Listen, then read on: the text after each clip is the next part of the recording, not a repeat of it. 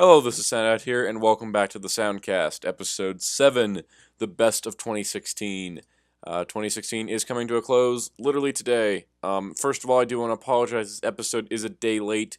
I got busy, and I did not meet my normal production schedule, and so here we are. Now, we're talking about the best of 2016. This is in terms of TV shows, movies, toys, video games, and without further ado, I'm going to get started. I don't want this to run on too long, but basically 2016 has been kind of rough. Lots of celebrity deaths, lots of political drama. I don't really want to talk about anything bad. I don't want to talk about worst movies. I don't want to talk about worst toys. I just kind of want to focus on the good stuff. Here we go.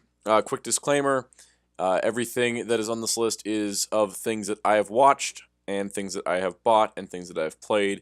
There is nothing on here that I haven't, that I don't already have personal first-hand experience with. So while yes, there were probably better Kamen Rider toys this year than what I picked, I'm picking with what I got. Basically, that's where I'm at. So without further ado, let's begin. We got, starting up, first category, let's talk about Best Tokusatsu Series. Tokusatsu being live-action Japanese drama series involving superheroes, typically wearing spandex, sometimes other kinds of armor, fighting monsters, that kind of style of show. And Best Series, runner-up was Dobutsentai Zyuohger. I love that show.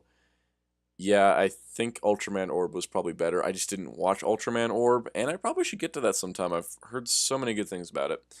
But better than both of those, in my opinion, Kamen Rider Amazons. Kamen Rider Amazons was a Amazon Japan exclusive series based on the original Kamen Rider Amazon series from 1970 whatever. And it's a reboot. It's a take. It has two main writers with their own supporting cast, which I thought was really cool. It varied in episode length. There was episodes that could be like 45 minutes long, some that were only 20. It was really cool, really artistic. The subtlety and nuance of the cinematography and writing I thought was really fantastic. The actors did a great job. It did lack in some areas, but action scenes were excellent. Acting was fantastic, and the music was really good. Overall, it's a very solid tokusatsu series, and I look forward to more episodes next year because 13 episodes did not feel like enough, personally. I feel like I would like to see more. Speaking of needing more episodes, Best American Animated Series. This was, for most of the year, Star Wars Rebels. Star Wars Rebels was just absolutely fantastic this year, and anybody that hasn't checked it out, definitely recommend checking it out. The second half of Season 2 and beginning of Season 3 has been really great. We've had a few episodes here and there that have kind of been lower in quality, which is why it didn't make number one this year, but Star Wars Rebels has just got so good. I love the characters, I love the show, and I'm hoping it continues further. That being said, Justice League Action completely blew Star Wars Rebels out of the water in faithfulness to characters, in pacing, in tightness of scripts, trying not to be too much in one episode. I feel like with Rebels, they try to pack a little bit too much into a single episode, or they don't have enough to fill out an episode, and that's where it kind of gets frustrating. But Justice League Action, it's aired several episodes in America. There's 18 episodes that have aired in the UK. It's just awesome. As a DC Comics fan, I absolutely adore it. And if you haven't checked it out and you like any of the DC characters, definitely watch it. You get things from Batman to Space Cabbie to Hawkman, all in the same episode kind of thing. Basically, the premise of the show is that it's Justice League Action, so they're 11-minute episodes. But unlike Teen Titans Go, it's not comedy focused, but there's a lot of really good humor in it. And it basically kind of feels like the creators just take a spin wheel with all the DC characters on it and then pick two heroes and a villain and then just see where the writing takes it. The show gets totally nuts sometimes, but then you have awesome episodes where it's just Firestorm fighting the nuclear family, or an episode where Etrigan, Zatanna, and Batman have to team up to fight a demon, or you get Hawkman and Superman fighting Lobo to protect Mr. Mind and being transported around by the Space Cabbie. Justice League Action is just fantastic. I absolutely love the show. Every single episode has been just good. I've not found an episode I think that is particularly bad. It's a really solid DC show. It's got a lot of Silver Age influence, but it is it's much more modern than Brave and the Bold was. Brave and the Bold was very much a love letter to the Silver Age. Justice League Action does feel a lot more modern. Plus, it brought back Kevin Conroy and Mark Hamill to play Batman and the Joker, which is just awesome. So if you haven't checked it out yet, definitely recommended. Really great show. I marathoned the entire thing in 2 days, and then I'm all caught up now, and I just can't wait for more episodes to air. I'm just really excited where that's going, and I'm looking forward to getting the minifigures that are coming out for the toy line. So anyways, talking about TV shows, best live action series. My gut instinct was to pick one of the 4 DC shows, but they've all kind of leveled out to they're all the same quality, so that would have been really tough. But Arrow, Flash, Supergirl, and Legends of Tomorrow, I love watching those week to week. I'm sad they're on break right now. Agents of S.H.I.E.L.D. this season was also really strong with its Ghost Rider storyline, and I'm looking forward to seeing where it's going next year. But by far, the best live action TV series in America this year was Person of Interest. And it only aired one season. It aired 13 episodes, season 5, from I think it was like April to May of 2016. They aired 2 episodes a week. It was the final season of the show. I kind of had a feeling it was wrapping up. The end of season 4 kind of didn't leave too much opening for an entire season of plot, but it got its end. It's got a conclusion, and it's a show. For those that don't know, it's a series about this machine that was built by this man, and he built it. It's to protect national security, and the government bought it from him, and they use it to track down people that have crimes relevant to national security. But the machine also spits out information related to irrelevant crimes, which would be like your standard, like, oh, this person is going to get mugged later, or this person is committing like a robbery train across like 3 banks in the city, or this person's going to get murdered by somebody else. And this team is given a social security number that tells them that that's going to be a victim or a perpetrator, but they don't have any information of which it's going to be. And the show was just kind of mind-blowingly cool when it first started back in season 1. And I've been watching it since it started airing, and it ended up developing itself into this very nice serialized show with overarching plots and characters, really fantastic acting. The music is just amazing. And overall, the show was just fantastic. And its last season was probably some of the best television I've ever seen in my life. And it aired on CBS, which was the surprising part. It even, like, CBS had let it go for as long as it did. But they did eventually cancel it, and I think it was about time to wrap it up. I did not want this show lasting 10 seasons. I'm sad it's over because it was one of my favorite shows. It's one of my favorite shows of all time. But I am glad it ended on its own merits, and it ended on a high note. It was a fantastic final episode. So if you want to watch it, it's on Netflix. Definitely check it out. A great show to binge watch. Person of Interest was the best show for me of 2016. Moving on to Best Movie. This would be Best Movie overall. I didn't want to break this down to movie from America and Japan, but this is Best Overall. Rogue One: A Star Wars Story is the runner-up. This is a very hard call because I really enjoyed Rogue One. I thought it was fantastic. It was well done, really nicely put together. I went and saw it twice in the theater. Rogue One: A Star Wars Story was good. But for me, Star Trek Beyond was better. And that's because Rogue One, I think, could have just sold itself on the fact it was Star Wars alone. But Star Trek Beyond really had an uphill battle, considering how Star Trek Into Darkness turned out, being a dumb action movie, which doesn't fit Star Trek at all, really. It really didn't fit. The first 2 reboot movies for Star Trek and Star Trek Into Darkness, I wasn't so keen on. The first one was definitely better, and the second one had a lot of like fan service moments I enjoyed. But neither of them I'd put in my top 5 or top 10 Star Trek movies of all time. Star Trek's something very close to my heart. It's connected to my family for many years. In fact, I probably wouldn't be alive today without Star Trek because when my mom and my dad started dating, one of the things they did together before they started dating was go to a Star Trek Club meeting, and they'd be watching the new episodes of Star Trek Next Generation together with the Star Trek Club. and my dad gave my mom a Star Trek snow globe for Christmas one year, and that was what kind of cemented them as a couple. And 20 something years later, here I am, watching Star Trek and getting excited when the new movie comes out or gets announced. And so it's Star Trek's very important to me. It's definitely an aspect of my life, and it's something I really enjoy. So when a new movie comes out and the reboot movies, I just haven't clicked with me completely.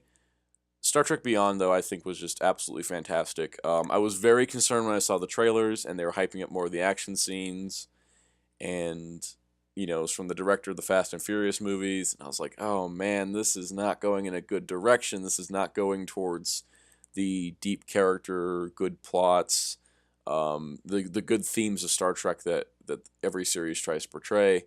And I was just like, oh no, we're going to get another Star Trek Into Darkness. This could be worse than the last two. Why did you leave J.J. Abrams?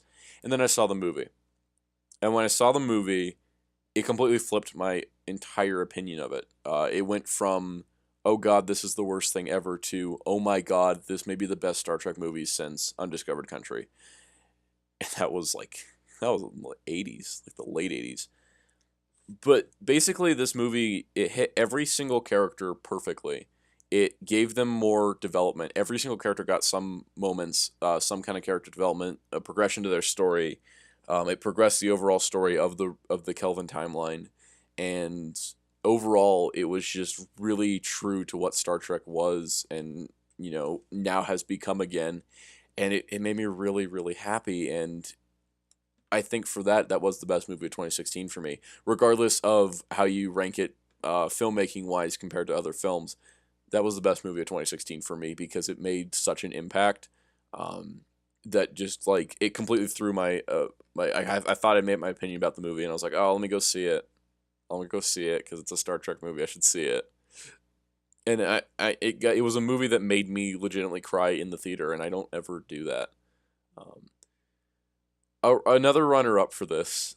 This one kind of sort of counts. Yokai Watch the movie was probably the most fun I've ever had watching a movie in my entire life, and I've never laughed so hard at a film. That came out in Japan a few years ago. They had the English dub this year, and being a fan of Yokai Watch, I had so much fun that day. So that was the best theater experience, but I think best movie is still Star Trek Beyond. Moving along, best anime. This was kind of the year I started watching more anime as they aired. My anime tastes are kind of different than most people. I'm not so big of a fan of Attack on Titan, really. Even though that's really popular, I don't like long shonen animes much at all.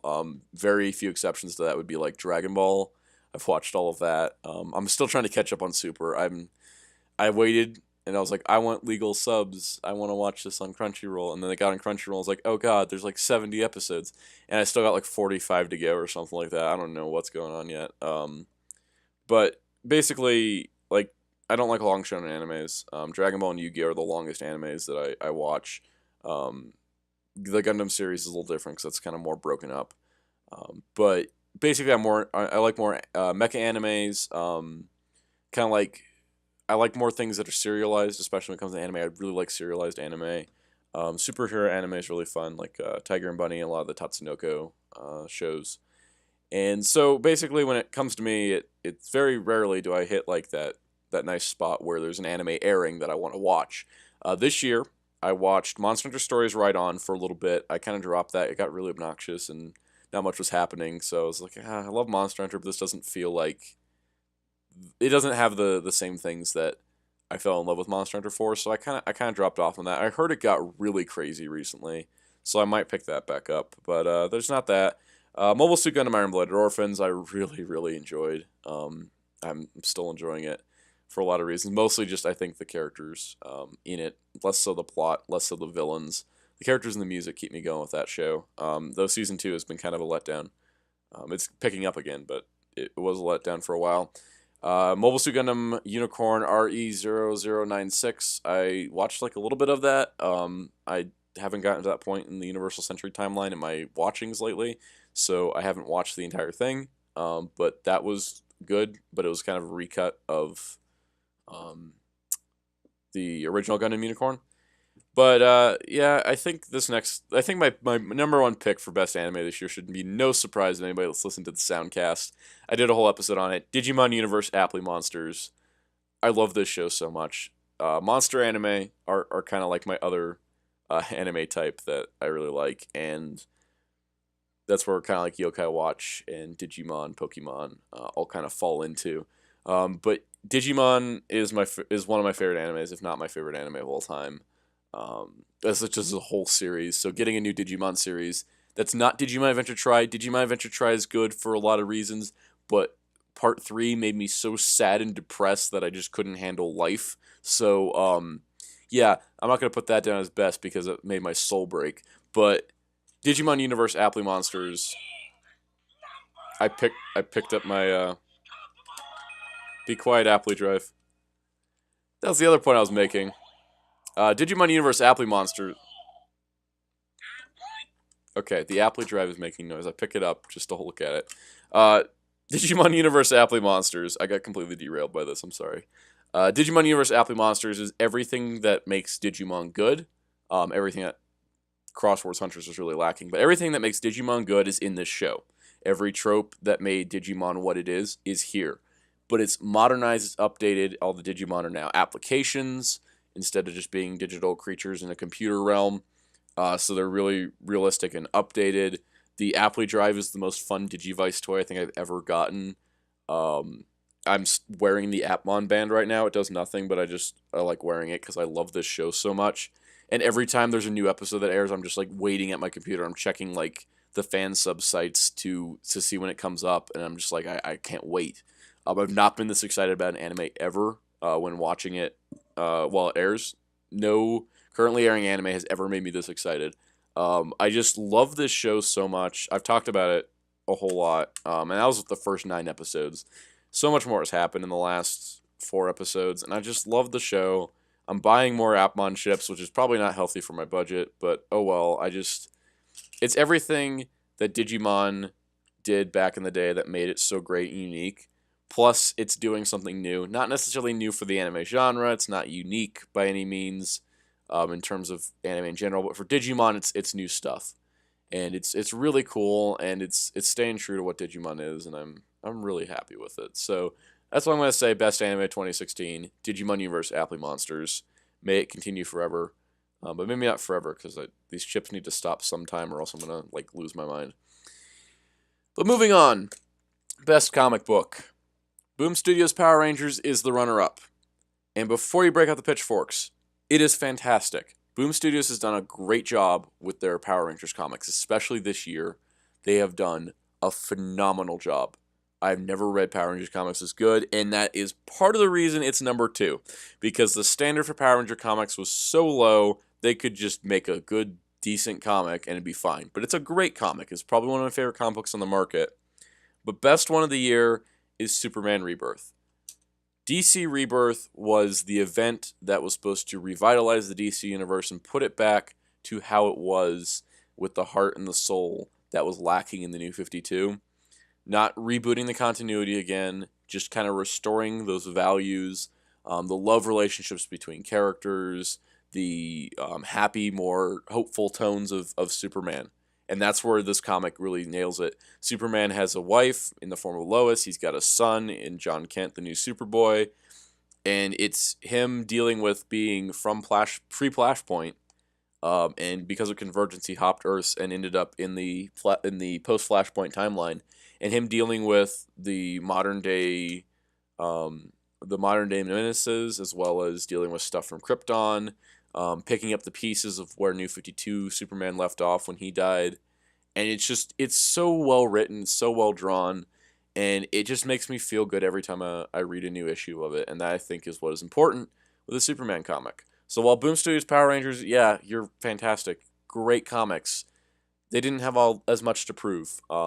When it came to the standard set by Power Ranger comics, it was really low. So there wasn't as much to prove. With Superman, DC had to completely revitalize the character by literally bringing back his old counterpart, because New 52 Superman was not Superman to me. And I'm so glad that Rebirth is a success, and Rebirth Superman is going to continue. So yeah, Best comic. Moving along, best video game. Guilty Gear Xrd Revelator is, me personally, I think it's the best video game of 2016. It has a ton of content. It has a lot of characters, a lot of alternate modes, character stories, background models. There's so much you can do in that game. There's more characters than Street Fighter V and Pokken Tournament, and BlazBlue. I think it has more than BlazBlue. It's being updated, so it's staying modern. The gameplay itself is the fantastic Guilty Gear, crazy fast intensity, the difficult button combos. The heavy metal score is on point. There is, like, every time I hear the music from Guilty Gear, I get super pumped up, super excited. I play that game. I tell myself not to play that game before bed because I get too hyped playing it.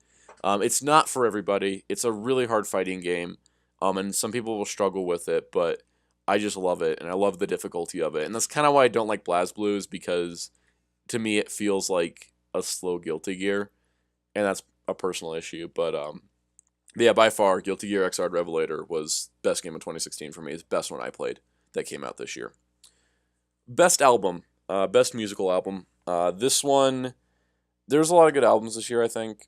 In general, the music industry is doing well. But for me, personally, The World's on Fire by Man with the Mission is the best album. They're my favorite band. They became my favorite band this year. I discovered them last year with Iron Blooded Orphans. Mobile Suit Gundam Iron Blooded Orphans. Its first opening was done by them.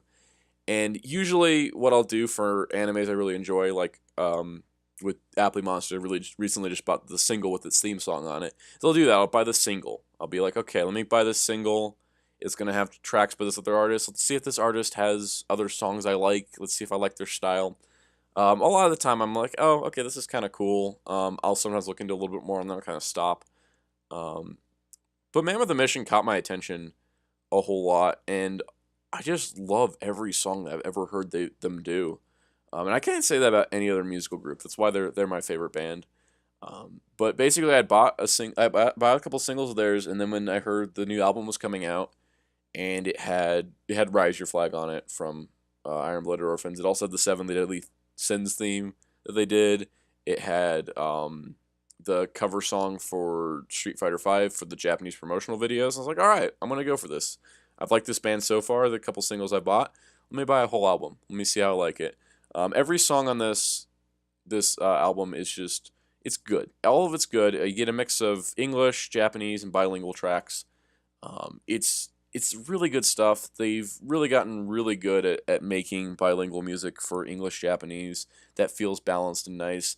And I think the title song, The World's on Fire, is probably the most accurate depiction of the world right now. And it kind of helps me process things when difficult things happen, especially this year. So it's their music really kind of lines up with what I think and what I believe, and it helps kind of like guide me in some instances. And from that album, I ended up buying the other 3 studio albums they've done over the course of the year, and they have a new single coming out next month, and I can't wait.